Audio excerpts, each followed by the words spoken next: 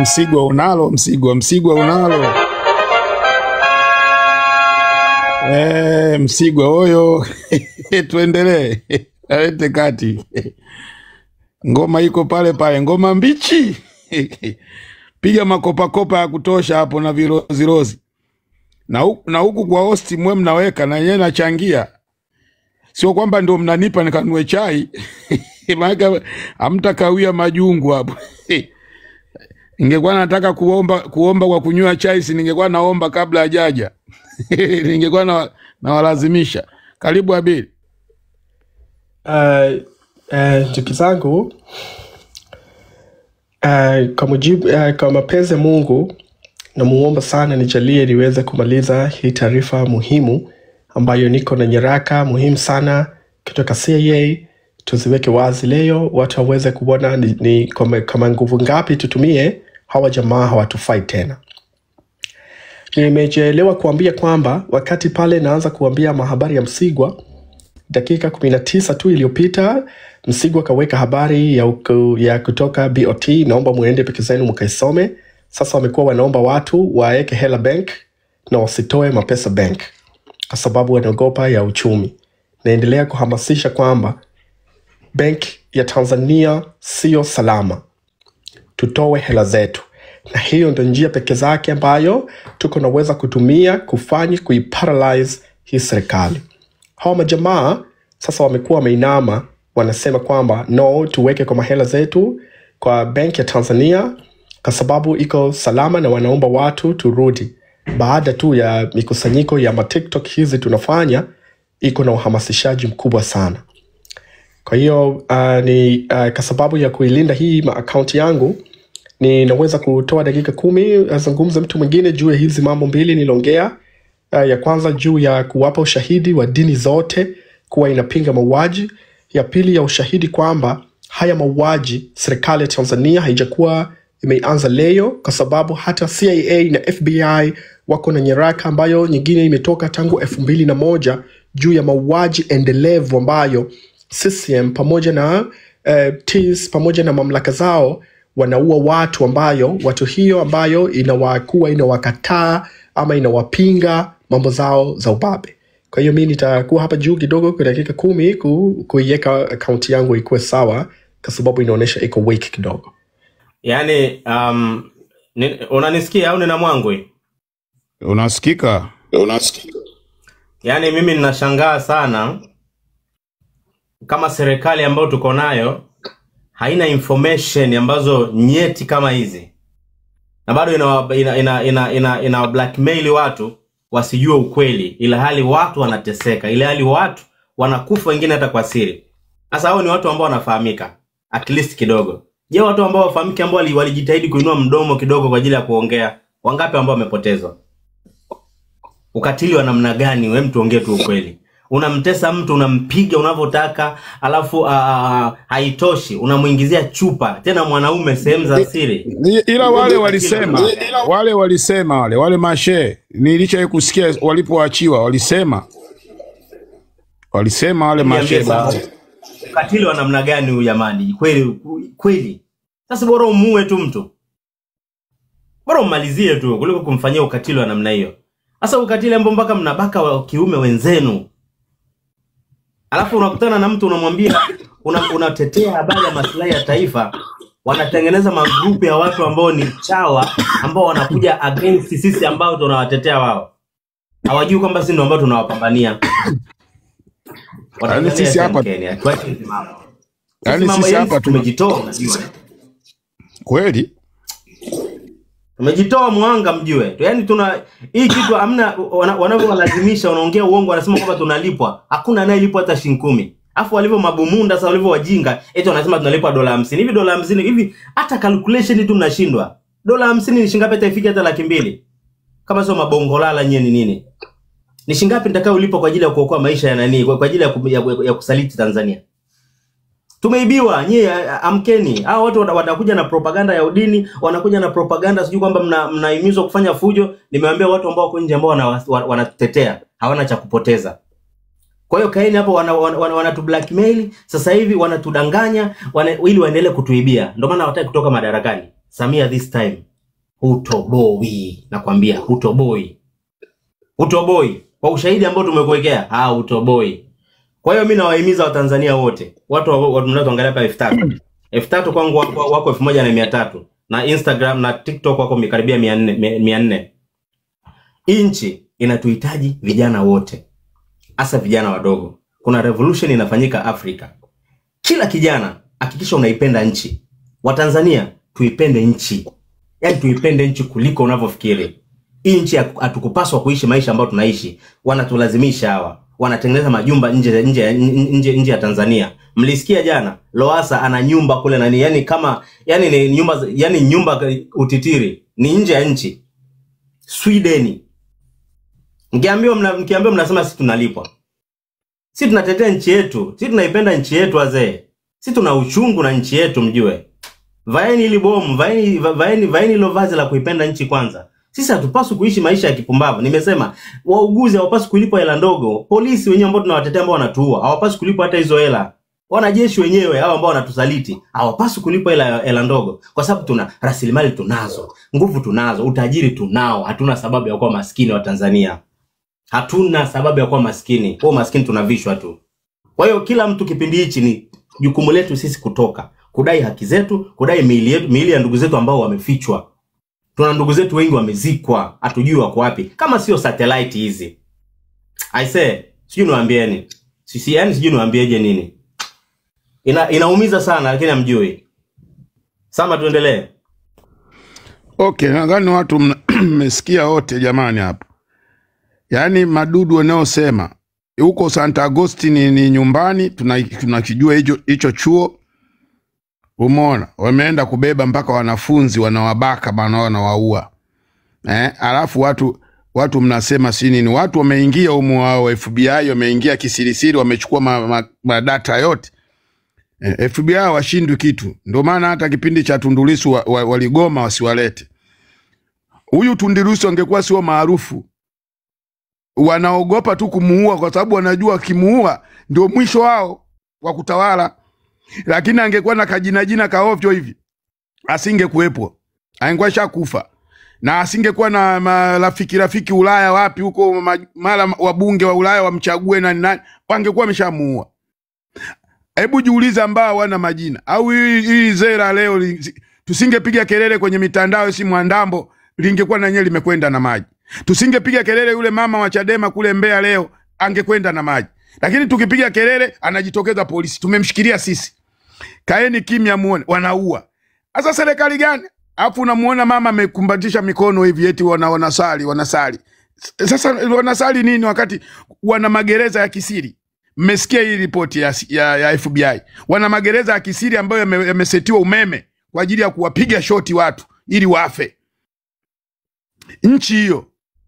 Sasa tunapishana nini na Colombia? Nicaragua. Kule ndo kuna mamafia wale huko Nicaragua huko wakina Pablo Escobar. Lakini Bongo eti nchi ya amani kuna kagereza kakutesa watu kwa umeme. Hebu fikirieni. Au wakina Msigwa wanacheka tu, kumbe moyoni wanajua kabisa tumeshaua 20, tumeua 30. Kuna raha gani ya kuishi unaua wenzako? Kuna raha gani? Hakuna raha yoyote. Tuitoeni tu hiki chama. Yaani tusipoe humu kwenye mitandao, tusipoe kila siku ni pini. Madada, punguzeni yale mambo ya sijui Lumaisa na Kibomba. Komaeni tu humu kwenye TikTok ya kuisema nchi. Hii na yenyewe ni maandamano tosha. Hii TikTok ni maandamano tosha. Tukifungua live za hivi watu kama 30 kwa siku ni maandamano makali mno. Achaneni saizi na kangamoko. Achaneni sui mimi sini yani TikTok ambayo yana maana. Toa huko. Achana na Bitito. Ukaangalia na Bitito eti anafundisha uanisi. Ya nini? Kaa kwenye maandamano kaa kwenye hizi. Achaneni kabisa. Haya ni maandamano tosha. Pigeni nondo madada. Ukipanda piga nondo tu, hawa lazima watoke. Maandamano mazuri mno haya. Kweli nawaambia. Unaoandika kwenye comment mimi nitakupandishaje sasa? Kwanza saizi mnaomba kwenye comment mimi siwataki. Mnakuwa mnakaombea bure. tunawapa ambao wako kwenye line, walioko kwenye line. Karibu. Unajua Watanzania naacho kiomba tupunguze uoga. Yaani piga mahesabu kwa karipoti yako kafupi aliko kasoma ndugu yangu Abiri. Inaonyesha ni kwamba mateso ya Watanzania tumepitia ni toka muda mrefu. Yaani nyuma. Kwa hiyo sasa ina maana hii imejitokeza sasa hapa katikati hapa. Ina maana wamekuja wamefanya kwa kificho ficho. Imekuja sasa wameanza kufanya moja kwa moja live. Mtu anatekwa na watu wanamshusha kwenye, wanamtoa kama walivyomfanya yule mzee walimtoa kwenye basi, wameenda naye huko, ametokomea, wamemtoboa macho. Haya, imetokea tena nyingine, watu wanashushwa kwenye magari. Haya, kuna mwingine wewe alienda akawa anashushwa wanapandishwa kwenye gari. Yaani ni vitu vya hovyo tu wameanza kuvifanya hivi wazi. Kwa vile vya mashe vilikuwa ni vya muda mrefu. Kwa kiufupi, Watanzania tumepitia mateso kwa muda mrefu sana.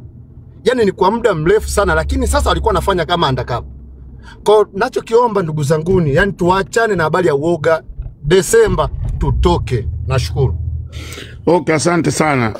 Kwanza mimi kaka Sama nianze kwa kuwapongeza kwa sababu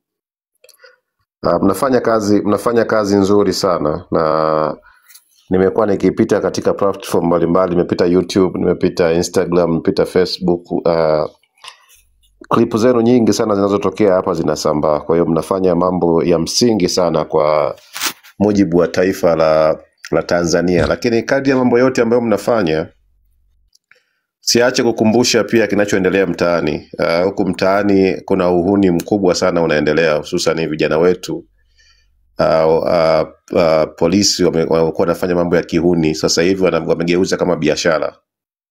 Wanawakamata vijana wetu, wakienda kituo cha polisi wanataka wapatie pesa, wanatesa wazazi wao watoe pesa. Kwa hiyo mambo kama haya lazima vijana wetu waambiwe, wasitizwe sana. Tarehe 29 wasipotoka itakuwa changamoto, tarehe 9 wasipotoka itakuwa changamoto kubwa sana kukomesha mambo kama haya.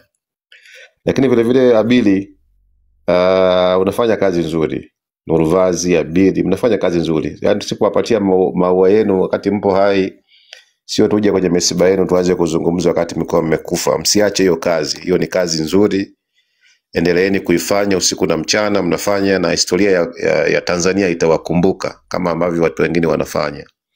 Kwa hiyo hili la mtaani, vijana mtaani tulikemee sana kweli. Vijana lazima wajihami, waishi kwa tahadhari kwa sasa, ilimradi wafike tarehe 9 wakiwa wazima, wakiwa kwa salama, kwa sababu tuna jambo letu kubwa sana. Na tusikate tamaa, asiwepo mtu yoyote wa kukata tamaa kutoka siku ya tarehe 9, kwa sababu tukiruhusu hii hali iendelee tutafilisiwa. Hatutafanya biashara, wahuni watakuwa wanakuja kutuchukua majumbani mwetu, watafilisi mali zetu ndogo tulizonazo, hatutaishi kwa amani, polisi wataendelea kututesa, vituo vya polisi itakuwa ni sehemu ya utesaji.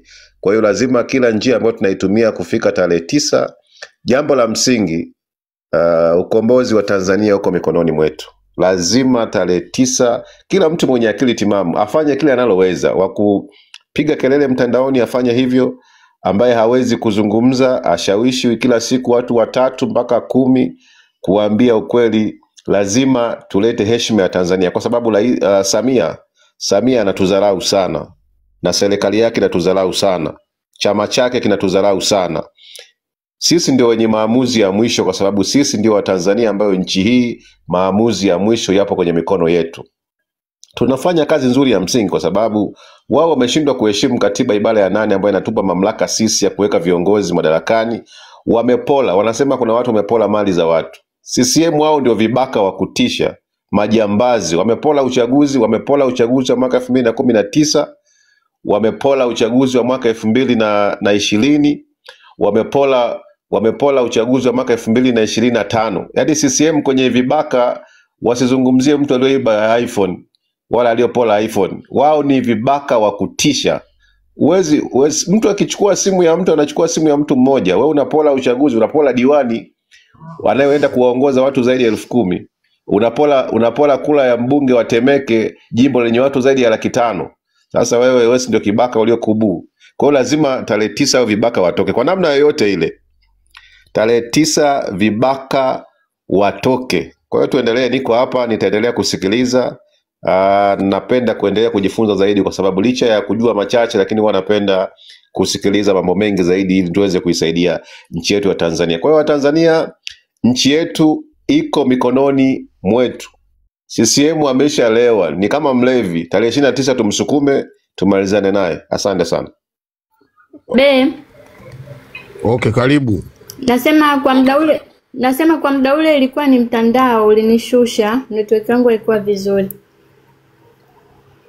Mimi kwanza kitu ninachoweza kusema, namshukuru Mungu kwa sababu ya haya mambo ya anayoongea Abili sasa hivi.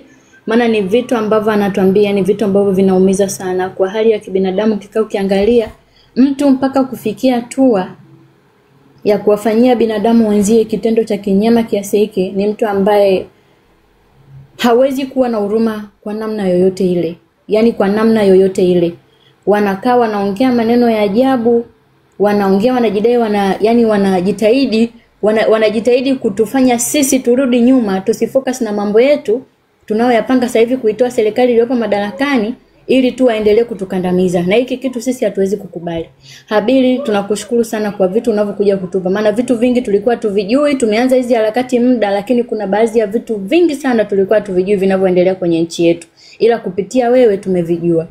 Na sasa hivi tunaweza kusema hivi, kwa maamuzi tuliyoyafanya ni sahihi sana na hatuwezi kurudi nyuma tena. Tarehe 9 tutatoka kwa wingi sana, tutapambana na hatutarudi majumbani. Kuanzia tarehe 9 mpaka pale Samia atakapotoka madarakani, hatutarudi. Kama saizi wameleta kampeni ya kufungia kila live ambayo inaongelea kuhusu ya maandamano. Mchana tumefungiwa watu wengi sana, hata mimi account nimeifungua mpya jioni hii. Sasa hivi usiku nimefungua mpya tena, hapa sina hata followers wa kuingia tena live. Leo wametufungia account kama 4. Yaani ni kampeni ambayo wanaifanya hivyo, kufungia kila live na inayopanda juu kuongoza hizi mijadala za haki. Kwa hiyo ni vitu ambavyo hatuwezi kukubaliana navyo hata kidogo. Tunaomba Mwenyezi Mungu atusimamie ili tarehe 9 tutoke kwa wingi, tukaipambanie nchi yetu kama tunavyopanga. Anko Sama pia nilikuwa naomba watu wanifollow, maana account yangu ile pia imefungiwa. Niliomba followers jana. Labda watu watakufollow, lakini hapo kukaa juu saizi nilikuwa staki. Baadaye kama atatoka Abili sawa, nini, kwa sababu juu hapo nilikuwa nataka wabaki Nuru Vazi na Abili. Lakini nitawaambia watu, jamani, mnaona hiyo One Love, nadhani mtamuona atakuepo chini hapo. Mfollow wote. Mko watu 3000. Mfollow hapo, baadaye aingie live. Hapo juu saizi sipandishi kwa sababu naona yaliyotokea jana. Kwa hiyo sitaki kukaa mtu pale juu, atakuwa nakaa wawili tu, Nuru Vazi, na nikianza mambo ya maswali ndio napandisha hapa.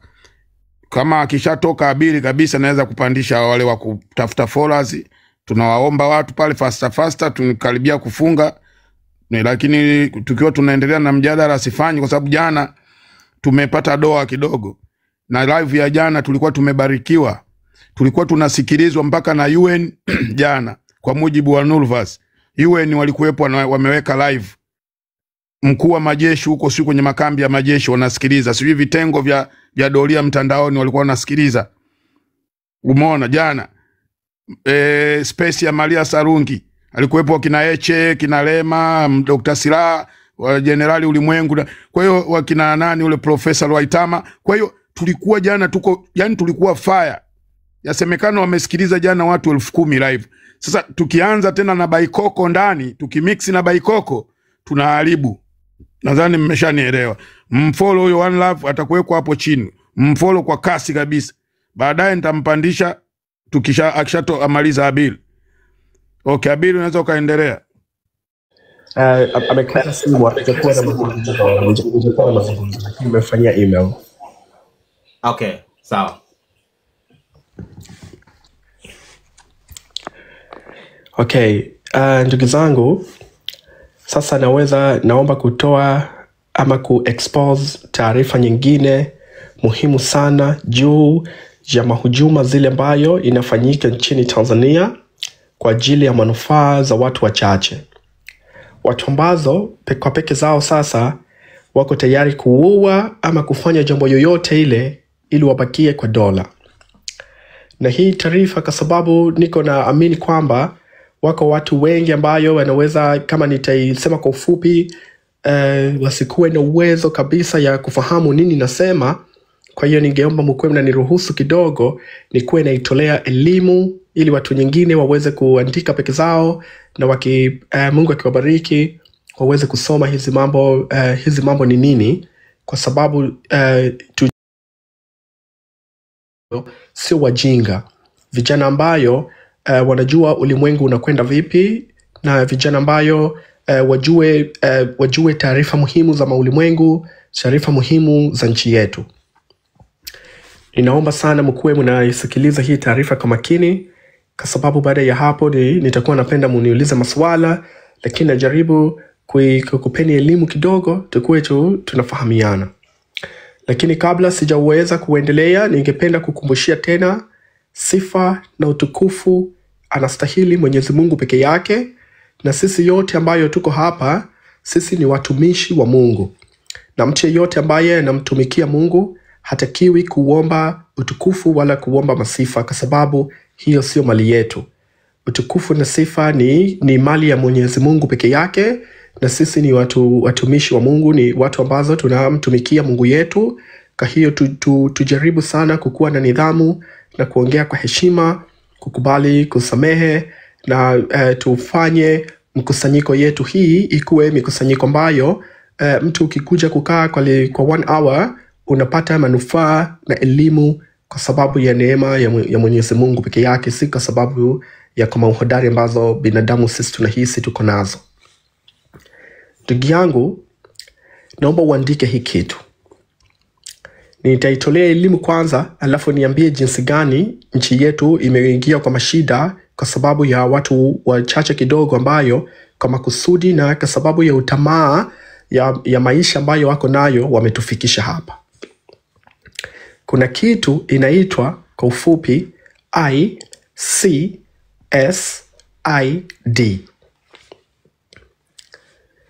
ICSID. Ndugu yangu, ICSID hii ni shirika ya kimataifa, ama kwa lugha nyingine unaweza ukasema ICSID Convention. Unaweza ukaenda kujifunza peke yako, ukaandika ICSID Convention ni nini kama Google, unaweza kwenda kusoma. ICSID, ndugu yangu, ni shirika ya kimataifa ambayo ilianzishwa mwaka ya 1966. Huko pia inatambulika pia kama Washington Convention, ambayo imeanzishwa makao makuu huko Washington DC kwa nchi ya Amerika. Kwa ufupi tu naweza kujiuliza, okay, ni nini hasa hiyo ICSID?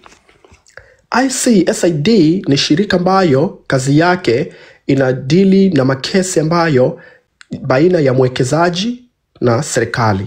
Kwa mfano, akikuwa yuko mwekezaji ambayo anatoka nchi nyingine kaenda kuwekeza kwa Tanzania, na wakakuwa na mikataba na kila kitu, badala zake Tanzania ikamfanyia ubabe ama ikavunja ile mkataba, yule mwekezaji anaenda kushtaki sehemu inaitwa ICSID. Hawa ni watu peke zake ambayo wako na mamlaka ya kimataifa ya kutatua migogoro iliyokuwepo baina ya mwekezaji wa kimataifa na nchi husika, pale tu inapotokezea kutokuelewana, ama kuna pale inapotokezea uvunjwaji wa sheria ama uvunjwaji wa mikataba ambayo sio kwa mujibu ya sheria. Kwa maana nyepesi ni kwamba hii ni kama mahakama ambayo kazi yake inashughulika na kutatua migogoro baina ya mwekezaji wa kimataifa na ile nchi ambayo kaekeza. Hii ni nimejaribu kuweka kwa lugha nyepesi, kwa sababu waweze kila mtu kufahamu, ili kufahamu nini ambayo inayoendelea. Ndugu yangu, naomba leo kuambia habari ambayo inaumiza moyo na itakuumiza sana, lakini lengo yangu si kukuumiza. Lengo yangu ni kukuonesha kwa jinsi gani ni muhimu sasa vijana wote ya Tanzania tukue pamoja kufanya yoyote ile tunaweza kuitoa hii serikali, kwa sababu hawa majamaa wa serikali hii ni primitive, ni watu ambazo hawapo tena na uwezo ya kuongoza nchi takatifu, nchi ambayo Mungu ametujalia baraka ya aina tofauti tofauti. Hawa watu hawawezi tena kutusimamia, na tukikuwa tunataka bado kuwaendeleza wabakie, watatuua sana. Kwa hiyo ni bora tufanye yoyote ile tunaweza, hawa majamaa vovote inawezekana watoke tu. Watoke ikiwa kwa raha zao ama ikiwa kwa kuwafanyia kuwashurutisha.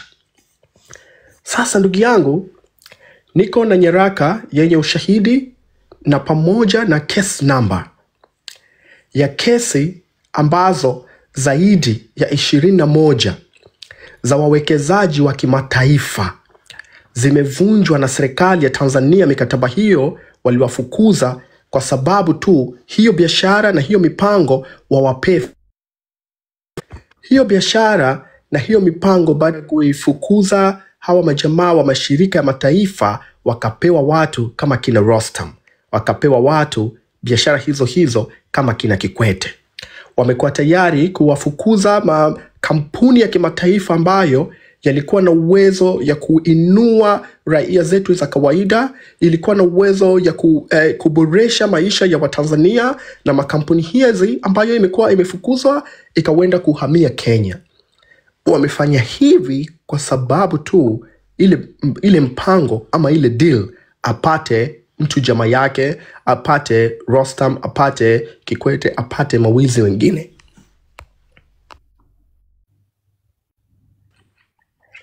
Jambo ambalo unapovunja ile mkataba mmoja, serikali inapata hasara ya kuwalipa mabilioni ya mapesa hizi makampuni ambazo zimekuja kuwekeza kwa nchi zetu zikafukuzwa.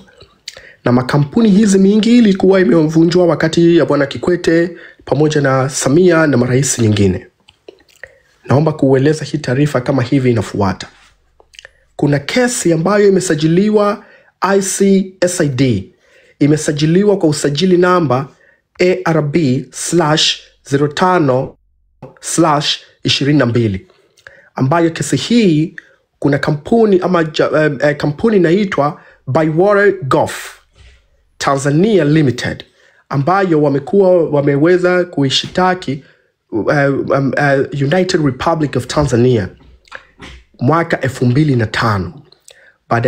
Baada ya kwamba serikali ya Tanzania kwa Bwana Kikwete, hawa majamaa baada ya kuja kuwekeza na kuweka pesa zao, wakawatafutia sababu za mauongo, sababu ambayo waweze kutoka kwa nchi, waweze kuwaibia, ili tu wao peke yao waweze kupata ile mipango na waweze kupata hiyo mapesa.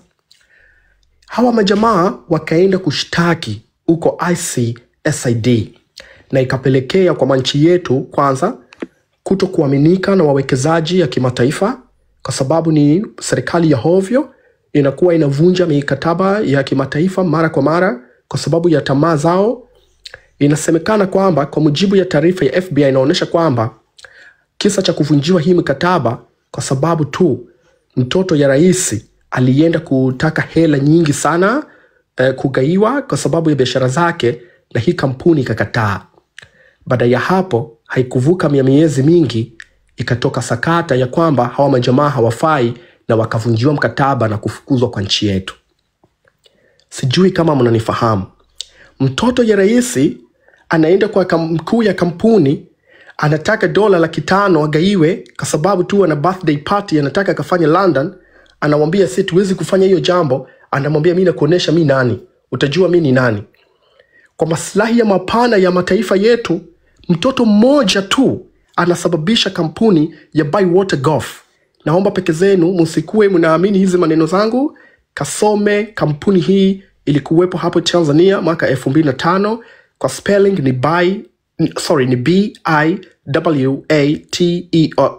BIWATER, yani ni Bywater Gulf, ilikuwa Tanzania. Kesi hii imesajiliwa kwa namba ARB/05/22 kwa ICSID ikabidi walipwe. Ikabidi walipwe pesa ambayo haijatoka kwa mifuko ya bwana ya Kikwete, pesa ambayo haijatoka kwa Mahazama Primitive.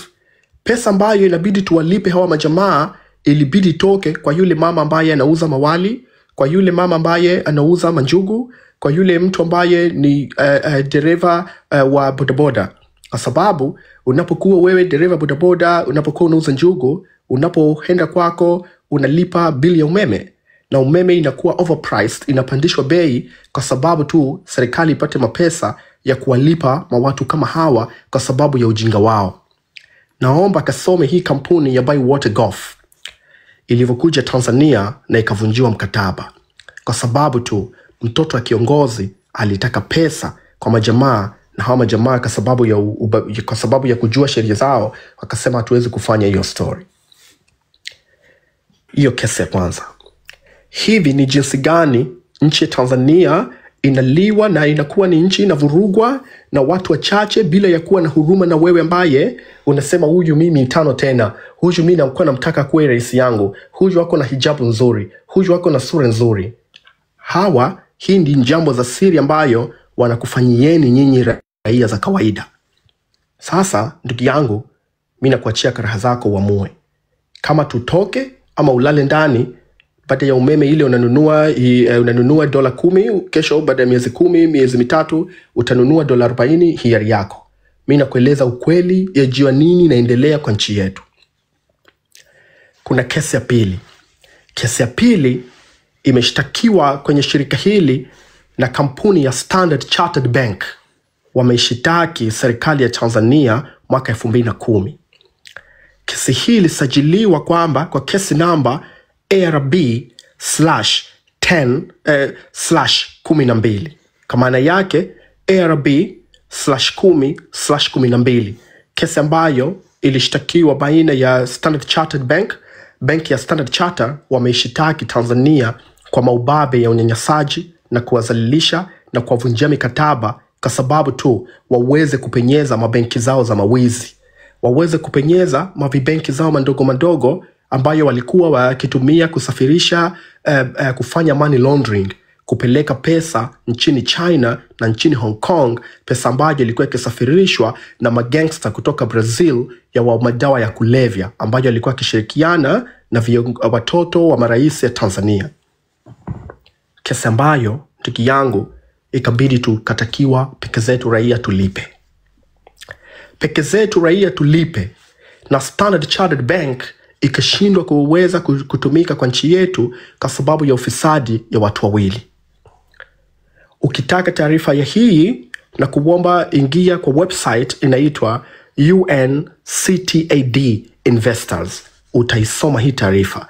Andika kesi ilikuwa na mausajili namba ARB/10/12.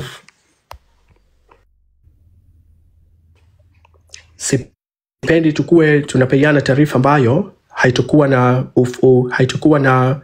haitakuwa na ushahidi.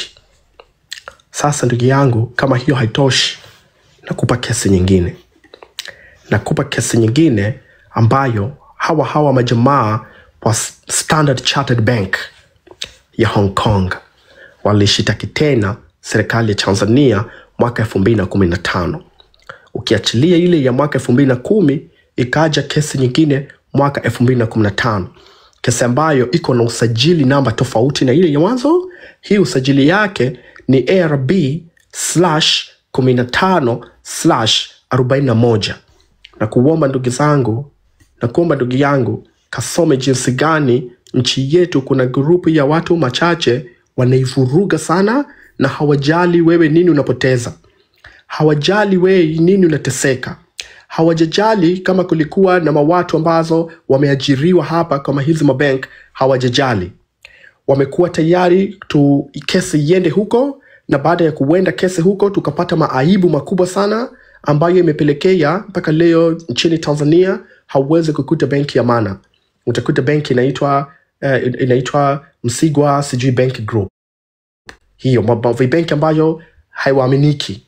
Benki ambazo za majamaa wanauza sijui niseme lugha gani itakuwa ya heshima, kwa sababu naogopa kutoa kauli ambayo itakuwa haina nidhamu. Lakini nadhani mumenifahamu. Ndugu yangu, hii nyaraka inaonyesha tena kwamba kulikuwa na kesi ambayo imesajiliwa kwa namba ARB/17/33, kesi ambayo kampuni ya Eco Development in Europe AB and Eco Energy Africa AB wameishitaki serikali ya Tanzania. Wameishitaki serikali ya Tanzania mwaka 2017. Wameishitaki serikali ya Tanzania mwaka 2017 kwa kuvunja mikataba. Kwa kuvunja mikataba ambazo kimaharamu kwa sababu tu wao waweze kunufaika. Wanavunja mkataba. Kwa mfano, anaweza kaja waziri mkuu akakupigia masimu akakwambia mimi tuko na mauchaguzi mwaka hii, tunataka utupe bilioni 20. Utupe hii, tutakupea kwa raha zetu baada ya mwaka. Wewe ukisema nini mimi siwezi kukupa sababu hii ni kampuni haihusiani na serikali, anakuambia okay, tupe miezi 2 tuone hii unafanya hapa. Wanakutoa. Wanakufukuza kwa sababu tu ya kutaka mahela ambayo wao waweze kufanya kampeni ya CCM. Ukiwakatalia, wanahiari wewe kuzalilisha na wakutowe bila ya kujali kuna faida ngapi nchi inapata. Na ndio maana ndugu zangu, wengi mmekuwa na mshituko mkubwa sana kuona kampeni ya CCM juzi ametokea mjamaa bila ya kuwa na aibu akachangia bilioni 10, sijui bilioni 100.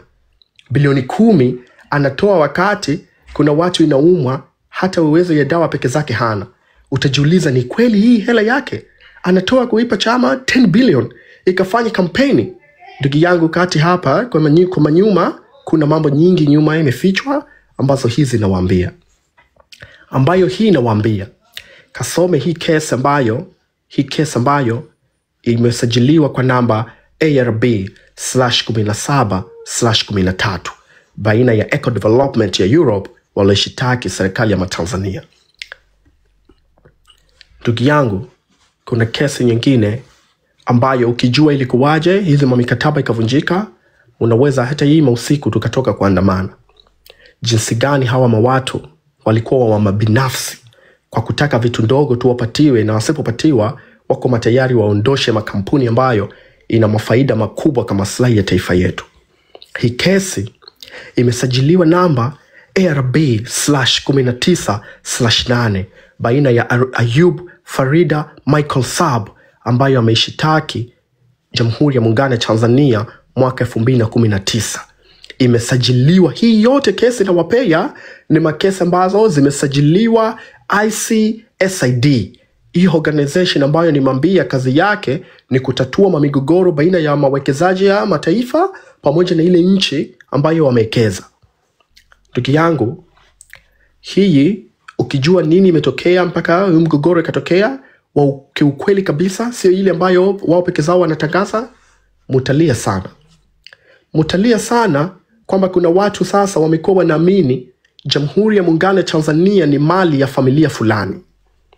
Wanaamini ni mali ya familia fulani kiasi kwamba waziri mkuu wanataka hela akamkufanyia makampeni ya uchaguzi yeye aweze kurudi tena kwa bunge, na unakuwa wewe unamjibu haiwezekani. Hatima yake anahiari hiyo makampuni aiue kabisa. Chuki yangu, kama bado hizo mambo hazijakuwa zinatosha, naomba ukasome kesi nyingine. Imesajiliwa kwa namba ARB/20/38. Hii ilikuwa na Chingwea UK Limited pamoja na Ntaka Nickel Holdings Limited pamoja na Nachingwea Nickel Limited wameishitaki kwa serikali ya Tanzania kuhusiana na majambo ya madini, kwa sababu tu hiyo makampuni aweze kuziwa mjamaa mmoja kwa hela ambayo mimi peke zangu naimudu. Akapewa mamigodi ambayo ni jambo haliwezi kusemeka. Halafu mjamaa kama huyo anakuja kwa mbele za watu, anajiita yeye ni mzalendo, anasema mimi naipenda manchi zangu, nitatoa tu magesa kupikia safi, watu wakwe wanapikia. Nyuma yake hii ndo mambo ambazo amefanya. Peke zenu mtaniambia kama hawa majamaa kweli ni wazalendo ama vipi? Ndugu yangu, kama hiyo bado haijakuwa inatosha, kuna kesi nyingine ambayo imesajiliwa kwa usajili namba ARB/21/6. Kampuni ya Montero Mining and Exploration Limited wameishitaki Jamhuri ya Muungano ya Tanzania mwaka 2021, na hii imesajiliwa kwa ICSID case ya Canada dhidi ya Tanzania. Hii ndugu yangu, kumetokezea mambo mazito sana. Masisiemu ya mtandao ilitumika kumzidi akili rais ya Tanzania na ikawapa mambo za hii ni jambo mbaya kuwahi kutokezea. Tukalipishwa mafaini ambayo hakuna mahesabu inajulikana. Kwa makesi hii. Kesi ambayo nyuma yake kulikuwa na wawekezaji 9 kutoka Canada kuja kuwekeza, wakaghairi, wakasema hatuwezi kufanya na hawa primitive makazi kwa sababu hawa majamaa sio watu wanaoaminika.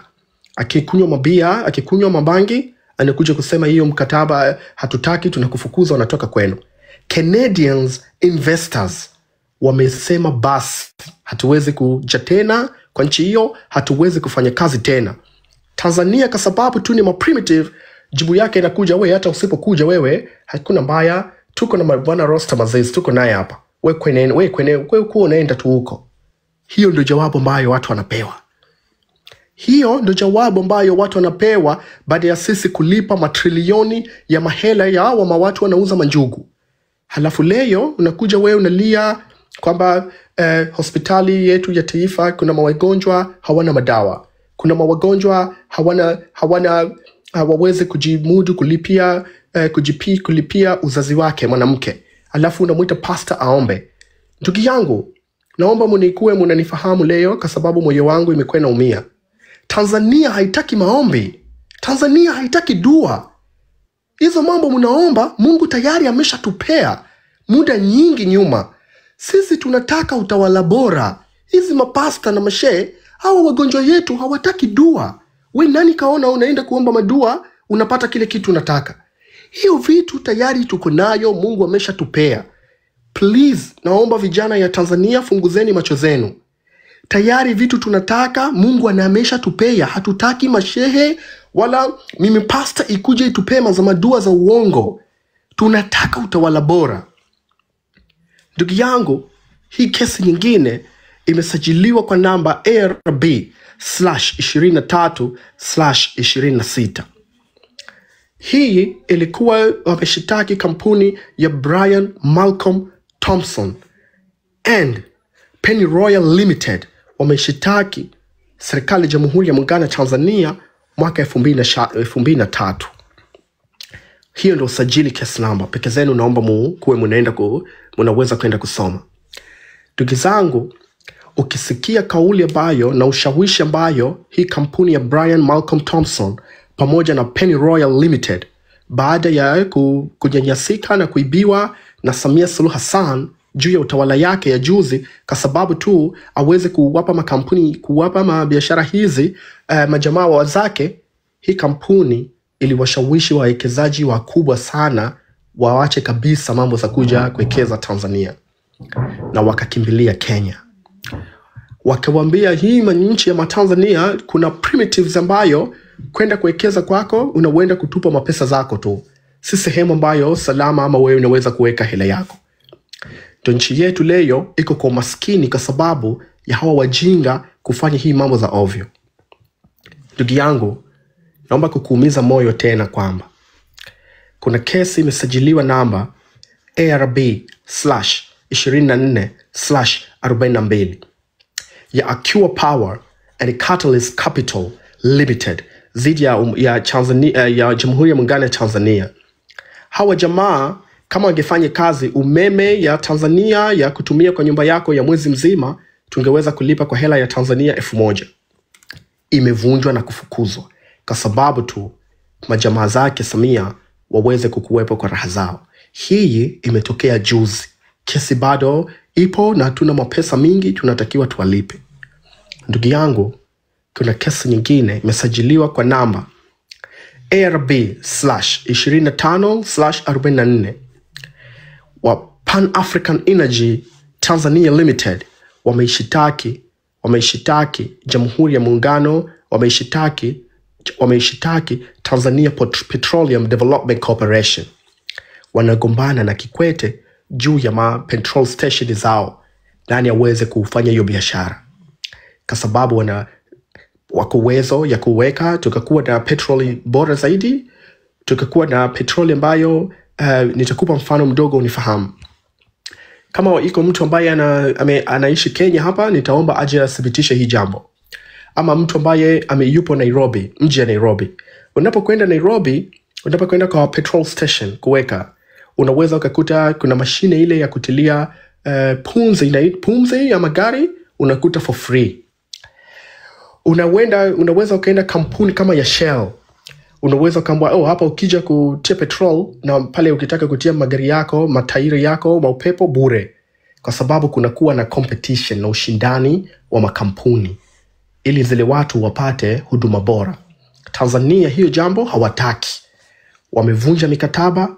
Hii imetokezea 2025. Hii ni kesi mpya kabisa, tamu, bado haijakufa, ambayo inaendelea, na kuna mabilioni ya mapesa itabidi tulipe, ambayo Samia Suluhu Hassan amekubali jambo ifanyike.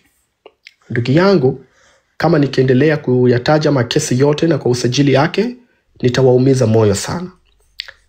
Kimsingi kwamba tusahau kutokezea maendeleo ya kweli kwa nchi yetu, kwa sababu hakuna wawekezaji wa maana, hakuna wawekezaji wenye pesa za kweli, hakuna wawekezaji matajiri ambao sio matapeli watakubali kuja kwa nchi yetu kufanya investment yoyote, kwa sababu ya hizi maaibu ambazo ziko huko ICSID. Sisi Tanzania tunaongoza kushtakiwa ICSID. Hizi mawekezaji unaona inakuja kwa Tanzania ni majamaa matapeli tu. Kwa matajiri ya ukweli hawataki tena. Na hii yote Samia peke zake hajali, na anaona ni